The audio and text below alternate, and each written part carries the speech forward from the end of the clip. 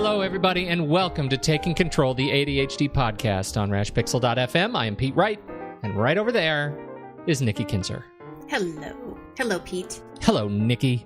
How are you? I'm good. I'm feeling a little bit, as I was telling you before we pushed the button, I'm feeling like my things are bumping up against one another today. Because things are taking too long. I have one thing. It's all started with my run. When I got a little lost in my own neighborhood. Oh, you did not, really? There was some construction. They rerouted a path, and I got a little bit turned around. And so my run took longer than I thought it would. And I got home right as I had to go into another thing. And that thing bumped right up against another thing because it was a few minutes late. And so all of my things are touching each other in my schedule, which means I stink, and I haven't shaved or showered. I'm a hot mess, and I can't believe I have to admit all that, but I am totally overwhelmed by my own stench. Well, it's more than that. I'm overwhelmed by the fact that it's one of those things. I haven't been able to think straight and stop. And so I'm really excited about our topic today because you're going to help me conquer my overwhelm. And it should only take, I don't know, what do you think, 5 steps? That's what I hear. 5 steps. And actually with the overwhelm that you're feeling, because not all overwhelm is created equal. Yes, that's the truth. Okay. But what you're feeling right now, my tip number one is going to be fantastic for you. Oh, I can't wait. All right. I could make use of your tips. Before we do that, you should head over to takecontroladhd.com. That is the best way to make sure you don't miss an episode. Just go to that website and, subscribe to the podcast right there. You can click the blue button, sign up for the podcast, and it will be delivered unto you with grace and kindness. Yes. And patience. Share it. And please share it. Yes, share it. Spread the word. Forward it on. We would love to spread the word about this thing. But thank you so much for joining up, signing up, and making sure that you get it each week. You can also, of course, find us on Twitter and Facebook at Take Control ADHD. And you can still call us at 503-664-4ADD. 503-664-4ADD. We love those voicemails. Yes. All right. Help me not be overwhelmed. Yes, that overwhelm. It's such a common word, isn't it? Oh. I get, and I almost think we use it a little bit too flippantly. Well, because again, not all overwhelm is created equally. Mm-hmm. But it's a feeling, and I definitely hear it a lot with my clients. I feel it. I'm sure you felt it. Oh, goodness. You felt it this morning. You just talked about it. Yeah, about all your things. My things that are touching each other. I feel like a 5-year-old at a fancy dinner. Yeah. All my things are touching each other. Crazy. So tell me, I'm curious to know for you, when you feel overwhelmed, do you actually have a physical sense? Like, do you actually physically feel it in your body? Yeah, I do. But one of the things we've talked about in the past is just, and both of us are the issues that we've faced in the past with anxiety. Mm-hmm. And for me, overwhelm is always a precursor to full-on anxiety or panic attacks. Yeah. And so I have come to terms with the experiences, or I've learned to recognize the experiences, the physiological experiences of when I'm feeling overwhelmed and when I know I need to take a step back. Now, in this case today, I'm facing schedule overwhelm. Right. And that is a cascading, it sort of leads to a cascading failure. And that is to say, I start thinking unconsciously and then more consciously about all the stuff I'm not going to be able to get done today as a result of my schedule being so blocked back to back to back to back with no freedom in between. I am going to stop you right there, Mr. Wright. Okay, because I have a point. Oh, you do? Oh, I didn't mean to interrupt your point. Well, no. You go. Then well, I was going to say, because you're looking forward and you're thinking worst case scenario, right? Yes. Yeah. That's exactly what I was going to say, because that is what leads to that feeling of anxiety and then eventually panic. And so I recognize my heart starts to beat faster. I recognize I have the inability, or an increasing inability, to form complete sentences. I speak in shorter sentences. I can feel it, and I become my patience becomes tested very, very quickly. Yes. And those are all the sort of things, like you feel the tension when you feel yourself about ready to snap at somebody for doing something completely benign. But to me, it becomes a personal, I take everything personally. And so that's what and I would start feeling that today if it weren't for the fact that this is my last thing. You and I are doing my last thing, and then I have a couple of hours straight where I don't have to worry about, I can breathe, I can take a break. Yeah, I don't have any more things touching my things. Yeah. And so anyway, now you. Well, no, I think that And why I was saying, let me stop you is because I saw where you were going. You were going down a rabbit hole of like negative, oh, it's going to be awful. But the good news, like you said, is you have no more things. So you're able to kind of take a step back and see that that's not going to be the case for you today. That's hope. Yeah, but that's not always the case, right? Because what if you had more things, going on an average day? And so, but the first tip I have is really good for what you're experiencing. The next tips I have, I think, are really more for that overwhelm of I have this big project ahead of me. Okay, so I just want to kind of distinguish the two. Got it. The first thing though with your situation is you got to breathe. You got to take a step back and breathe. Yeah. And I know that sounds like, okay, well, I'm breathing. Hello. I breathe all the time, but it's really taking those long, deep breaths before you go on to your next thing. And it's really making the priority of, okay, that may mean I may be a little bit late, like a couple minutes late, but I need to take this time for me just to kind of regroup and recenter. I did this yesterday because yesterday I had things going on. And I had a group coaching or a coaching group, I should say, at 4:00 in the afternoon after all these other things happened previous, right? Mm-hmm.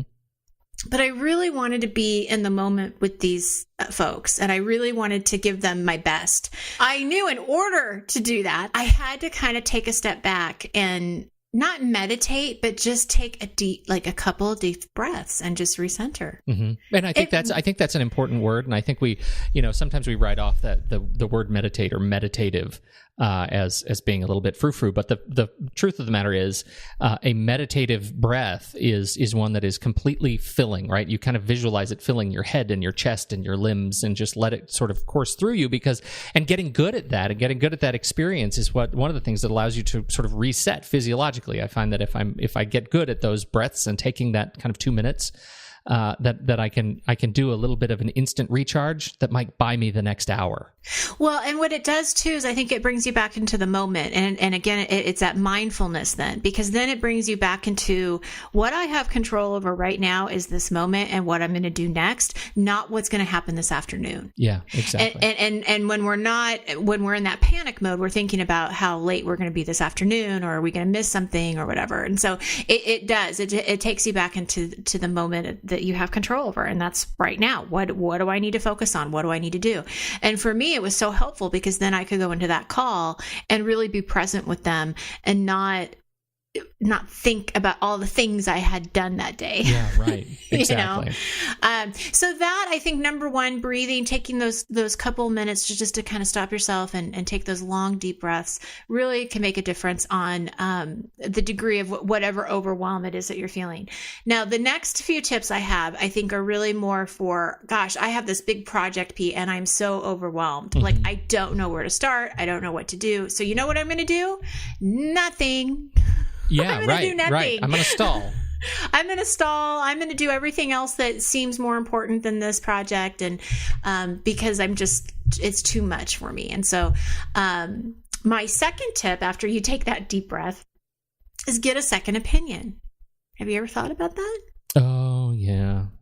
A rational third party. Yeah, like is this like a big deal? Like, get that second opinion is because what you were saying earlier is so true. With the overwhelm comes anxiety and worry, right? Yeah, to me, yeah. I agree. That's a marriage. Yeah. It just happens. And so getting another perspective can be really helpful. Is it true? Is what I'm really feeling and the concerns and fears, are they true? Is it real? Do I have facts to back it up? But maybe having somebody talk to me about it makes me realize that, oh, you know what, I'm probably making a bigger deal out of it than I should, or whatever, know. Yeah, for me, it comes in, and I use the word overthinking a lot when I'm thinking about these things. When I'm overwhelmed on a project, it's usually because I haven't given myself enough sort of cognitive space to step back and say, am I over processing the outcome? I'm adding too much work. I'm adding too much to this and making too much work for myself. And a rational third party can come in and tell me, you're overthinking this. You're overworking it. You're overcomplicating it. Take a step back, break it down into very simple steps, and move forward one step at a time. And sometimes you just need to hear that. You do. And you need to hear that maybe what you've already done is really good. Yeah, that's a great point. Yeah, because the perfectionism comes into play, right? And we're thinking, oh, it has to be perfect. But you get a second opinion. You're like, no, Pete, this is great. This is fantastic. This is exactly what I wanted. This is what I needed. And you're like, whoa, that is not what I expected. That's right. And so, getting that second opinion, I think, can really put things in perspective. And then what you just said, I want to piggyback off of, is breaking those projects down. And so maybe that same person that just gave you that second opinion can really help you break things down. And this is what I love about coaching, because I do this all the time with clients, is we've got this goal or we've got this project that you're working on, and it's breaking down the steps. What's the very first step that you have to take? And it could be so minimal. It could just be moving papers from the floor up to the desk. That's a step forward. Right. It doesn't seem important, but man, it gets you out of that procrastination cycle, and it keeps you moving forward, because now that they're on the desk, what do you need to do? Oh, I could purge a couple of papers. Oh, okay. Now you just went a little bit more forward, and you're taking things into really small pieces that are manageable, because a lot of times what I see is when people are overwhelmed, it's because they're seeing the whole thing. They're looking at the whole picture. Oh, forest for the trees. Yeah. That's like the second time I've heard that expression today or this week. That's funny. It's a good one. It's an old standard. Yeah. So I think that, really getting help with that too. Don't try to do it necessarily on your own if you're feeling overwhelmed, right? Because that's going to be hard.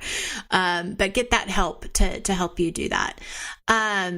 Okay, so then my next tip is really to just focus on the step that you're doing.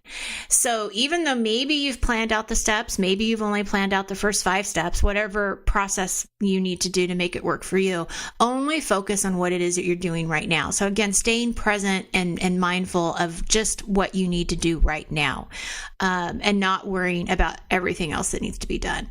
And I talk about this a lot in organizing. If you remember back in some of our old episodes when we talk about organizing, just sort. Like, when you're in the sorting step, that's all you need to do is just sort. You don't have to worry about where things are going to go yet. Too many times we jump ahead before we're even done with our task at hand. So we want to stop that and just really focus on one thing. It helps with the overwhelm. It just really... I totally agree. And I think, I just want to call out last week's episode. If you're not caught up, we talk about finding the balance between focus, energy, and time. And this was a listener question. And I think it gets to this point, right? Some of that conversation really comes back home here is not to be completely stressed out by the fact that your natural tendency is to be distracted. You've got to work that muscle to free yourself and to really be able to focus on just what is the next thing. What is the next baby step you can take? Absolutely. And not get overwhelmed by the whole. Yeah, that's great. Last tip, which is actually probably even more important than breathing, I probably should have flipped this around a little bit, but that's okay, is you got to pay attention to your self-care. When you really start feeling overwhelmed, are you not taking care of yourself? And I'm willing to bet that you're probably not, because your ADHD symptoms are going to get worse when you're not taking care of yourself. You're going to be more easily distracted, more cranky, more impulsive. All of these things that are challenges are going to become worse. So we have to take care of ourselves. We got to pay attention, make yourself a priority. I did a blog post a few weeks ago about how to get exercise into your daily routine. And one of the things that was really eye-opening for me when I was talking to a friend of mine is she said, I make myself a priority. And I just sat there and I thought, wow, why am I not doing that? Why am I not making myself a priority? Start doing that. Make sure you're drinking water. Make sure you're watching your diet and you're exercising. All of these things are so important on the basic care of your ADHD. If you do these things, the overwhelm is not going to feel as bad. It's not going to be as scary. It's not going to be as big, and you're going to feel more in control. I just want to jump on that one a little bit because I love it so much. Yes. And because I find that I often don't recognize that I have not been paying attention to self-care until it is too late.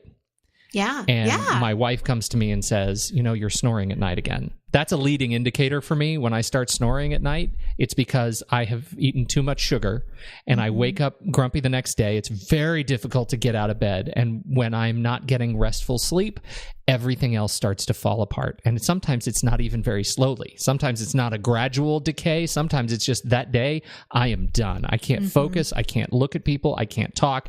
I am exhausted. I'm done. And so then you do things that are equally stupid. You drink way too much. You drink a whole pot of coffee, right? You drink way too much soda, and that's just more sugar. It's more caffeine. It's more stimulant in your system that just continues to drive you down. And so I love this one. For me, there's the tool that I use is actually I track everything I eat, and that has become incredibly useful. I use a little app called Lose It. We may have talked about on the show before. Yes. Yeah, I've used it too. I love Lose It. It has a little barcode scanner. It lets me track everything I put into my body. And the act of tracking, it's not just about weight loss. It's just about, have I really earned what I'm about to put in my mouth? Because there's a good chance I haven't. And having that tool there is really helpful. It keeps you accountable. Yeah, I think that's the great thing. And also, if you haven't done that for a while and you're feeling bad, then it's a great time to get back into that routine and that habit of, okay, maybe I need to start tracking this again and really paying attention. Absolutely. Yeah, it's great.